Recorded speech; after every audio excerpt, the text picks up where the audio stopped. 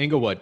Give us your opinion, experience on Englewood, or if there's better parts that you're selling more in, or getting higher returns in, or price per unit.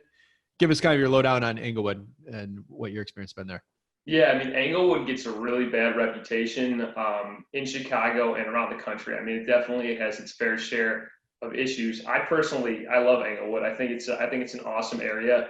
It's one of very few areas on the south side that has a prominent retail corridor that kind of runs through at 63rd and Halsted.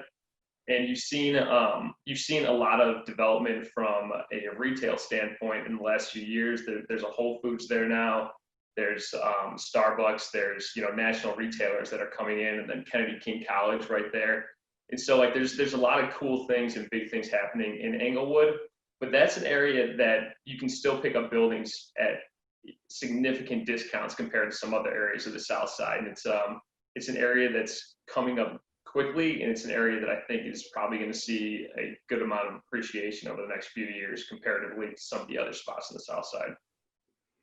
Cool. To dive in a little, Noah, like, can you give examples like, hey, if I'm at 69th, how is that different than being up at 63rd or moving east or west? Can you give us some different breaking points of where like pricing might be higher or lower in the different pockets there?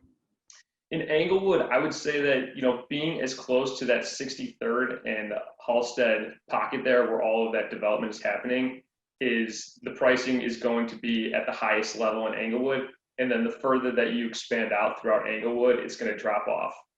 So if you're somebody who's investing in that area, I would say the closer you get to that, probably the more you're going to pay, but probably the more quality of a neighborhood you're going to be getting.